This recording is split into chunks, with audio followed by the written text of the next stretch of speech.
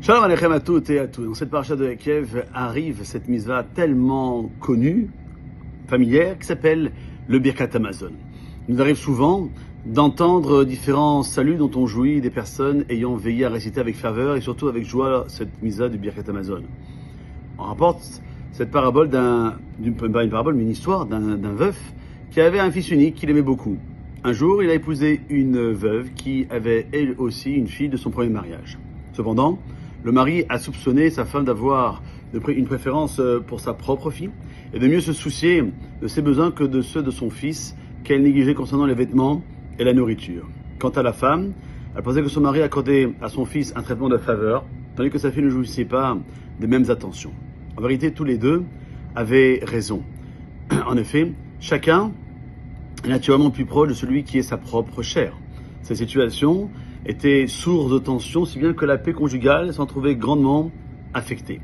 Les deux enfants ont grandi et leurs parents ont songé à les marier ensemble. Le jeune couple a fondé un foyer solide. Chacun des conjoints se souciait des besoins de l'autre, tandis que leurs parents témoignaient leur amour aux deux. Depuis lors, la paix a été rétablie entre ce vieux couple, entre guillemets, et leurs enfants qui auparavant avaient été source de conflits, consolidaient dorénavant leur bonne entente.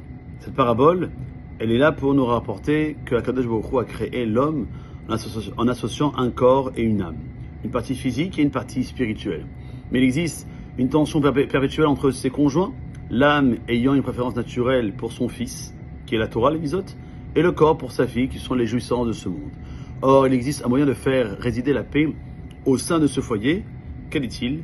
Lorsque l'homme prend conscience que toute la nourriture dont il dispose et tous les biens dont il jouit lui ont été donnés par le maître du monde.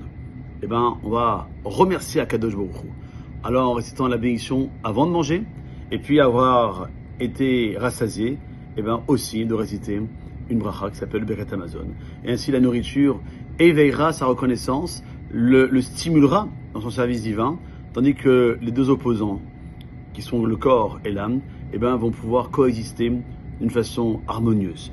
D'où notre déclaration de reconnaissance pour l'immense bonté du maître du monde qui représente la nourriture que Dieu nous octroie. Baruch Ata Hashem, Azet Akol dit la première bracha du Akadosh Baruch Hu, il nourrit tout le monde, il n'oublie personne.